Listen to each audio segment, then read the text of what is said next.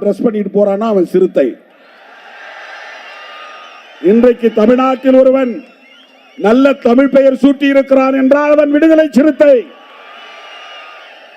இன்றைக்கு தமிழ்நாட்டிலே தெளிவான கொள்கை அரசியல் ஒருவன் பேசுகிறான் என்றால் கண்ணை மூடிக்கொண்டு சொல்லலாம், அவன் விடுதலை சிறுத்தை.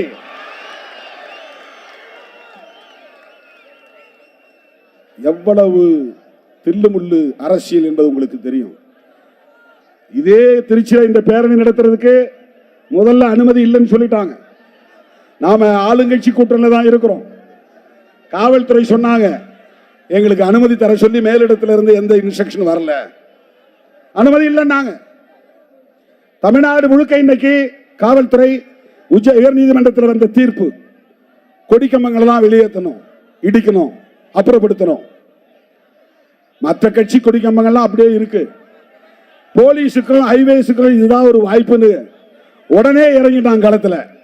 சிறுத்தைகள் கொடியெல்லாம் இடிதான்றான். இவ்வளவு நெருக்கடிகளை தாங்கிக் கொண்டு இந்த களத்திலே நிற்கிற இயக்கம் விடுதலை சிறுத்தைகள் கட்சி. கொடியேற்ற முடியவில்லை, பொதுக்கூட்டம் நடத்த முடியவில்லை, பேரணி நடத்த முடியவில்லை, மாநாடு நடத்த முடியவில்லை. இப்படியெல்லாம் நெருக்கடிகள் 25 ஆண்டுகளாக. நாம கூட்டணியில இருப்போம், கூட்டணி கட்சிக்காரனே ஒருத்தர் மேல ஏறி அந்த கொடியை மட்டும் கட் பண்ணுவான் என்ற ஒன்றாவது காட்டினாங்க. அந்த தம்பி ஒரு நாள் சிறுத்தையா மாறுவான், பொறுமையா இருங்க என்று நான் சொல்லி இருக்கிறேன். வண்டியில கல்லெடுத்து அடிப்பான், அந்த தம்பிகள் ஒரு நாள் பூவெடுத்து வீசுவான் என்று நான் சொல்லி இருக்கிறேன். இப்படித்தான் இந்த அடக்குமுறைகளையும் நெருக்கடிகளையும் தாக்குப்பிடித்து இந்த இயக்கம் 1/4 நூற்றாண்டு காலம் இந்த களத்திலே போராடி கொண்டிருக்கிறது. தவிர்க்க முடியாத ஒரு அரசியல் சக்தியாக மாறி இருக்கிறது. ஏன் திமுகவை ஆதரிக்கிறோம்? திமுக கூட்டணியை விட்டு வெளியே நின்றால் என்ன ஆகிவிடும்? எங்க மேல என்ன ஏதாவது இன்கம் டாக்ஸ் ரைடு வரப்போதா? இடி ரைடு வரப்போதா? வேற என்ன செய்ய முடியும் உங்களால? மாநில அரசாலும் ஒண்ணும் பண்ண முடியாது, மத்திய அரசாலும் ஒண்ணும் பண்ண முடியாது. நாங்க எதற்காக பயப்பட வேண்டும்? யாருக்காக பயப்பட வேண்டும்? என்ன நெருக்கடி? நாங்கள் அம்பேத்கரின் பிள்ளைகள், பெரியாரின் பிள்ளைகள், மார்க்சின் கருத்தியல் வாரிசுகள். அதனால் ஒரு முடிவை துணிவாக எடுத்து, தெளிவாக எடுத்து, உறுதியாக நிற்கிறோம். எல்லா கதையும் அடைச்சிக்கிட்டு இவர் என்ன பண்ண போறாரு? எங்களுக்கான காலம் கனியும் வரையில் நாங்கள் காத்திருப்போம். அதுதான் டெம்பரரி, ஒரு தற்காலிகமான விளைச்சலுக்காக நாங்கள் அவசர முடிவுகளை எடுக்கக்கூடியவர்கள் அல்ல. நான் சொல்லுவேன், எங்களை நோக்கி அதிகாரம் வரும், எங்களை நோக்கி நாற்காலிகள் வரும், எங்களை ஒரு ஓரமாக உட்கார் என்று சொன்னால் அதுதான் அந்த மேடையின் மையமாக மாறும். எங்களை இறங்கி போய் ஒரு ஓரத்திலே நில் என்று சொன்னால் நாங்கள் நிற்கிற இடமே அந்த அவையின் மையமாக மாறும். எங்களை ஓரங்கட்ட பார்த்தாலும் ஒதுக்க பார்த்தாலும் நாங்களே மையம் என்பதை நிறுவுவோம். இதுதான் எங்கள் அரசியல். அருமை தோழர்களே, திராவிட முன்னேற்ற கழகத்தோடு நாம் கொண்டிருக்கிற உறவு என்பது கொள்கை உறவு. இடங்களை பற்றி பேச்சுவார்த்தையில் முடிவு செய்து கொள்வோம், அது வேறு. ஆனால் திமுக அரசோடு எங்களுக்கும் இருக்கிற விமர்சனங்களை தாண்டி நாங்கள் தேர்தல் உறவை வைத்துக் கொள்கிறோம் என்று சொன்னால் அது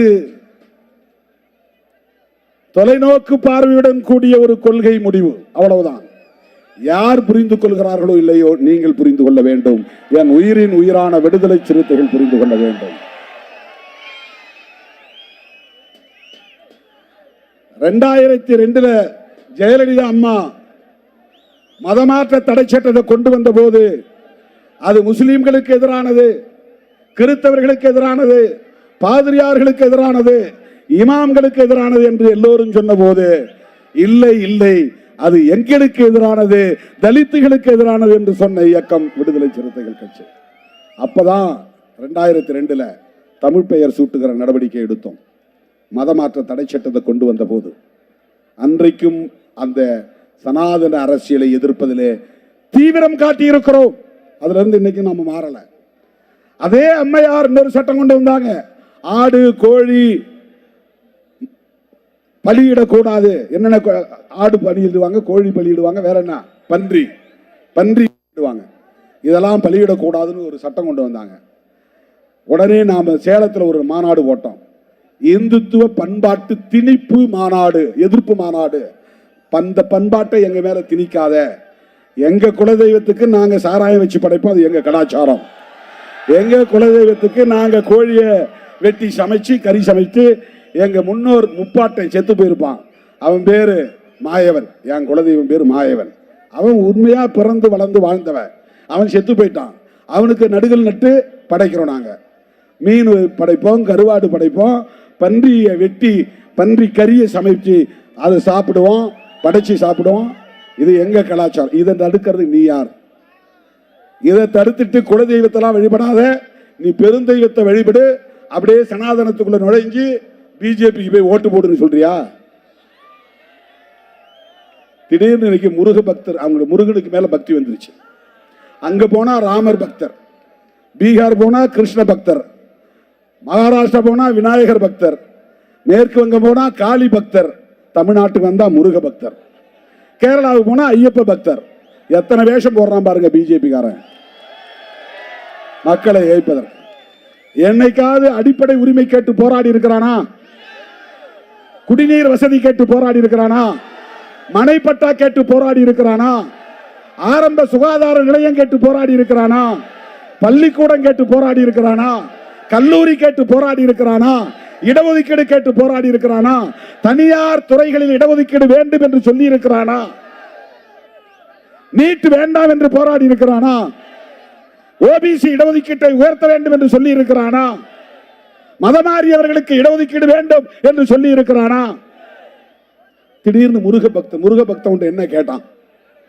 முருக பக்தன் என்ன, பழனிக்கு போனா அவனுக்கு அங்க பஞ்சாமிர்தம் கிடைக்கும், வாங்கி சாப்பிட்டு வர போறான், இங்க இருந்து நடந்து போறான். முருக பக்தனுக்கு ஒரு கோரிக்கையுமே இல்லையே, நீ எதுக்கு முருக பக்தன் மாநாடு நடத்துற? இதுதான் சனாதன புத்தி, உத்தி, அரசியல். இந்த மக்களை மதத்தை சொல்லி மயக்க பார்க்கிறார்கள். தலித்துகளை இந்துக்கள் தானே. இதே பிஜேபி காரன் தலித்துகள் தெருக்கு தேர் வரணும்னு போராடி இருக்கிறானா? மேல் பாதியில கோயிலை திறக்கணும்னு போராடி இருக்கிறானா?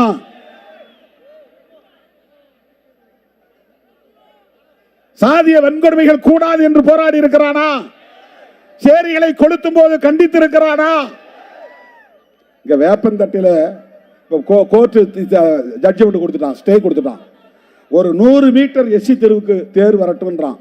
முடியாதுன்னு கலெக்டரும் சேர்ந்து தீர்மானம் போடுறான். கலெக்டர் போலீஸ் எல்லாம் சேர்ந்து பழையபடி எப்படி இருந்ததோ அப்படியே இரு. இது என்ன தீர்மானம் இது?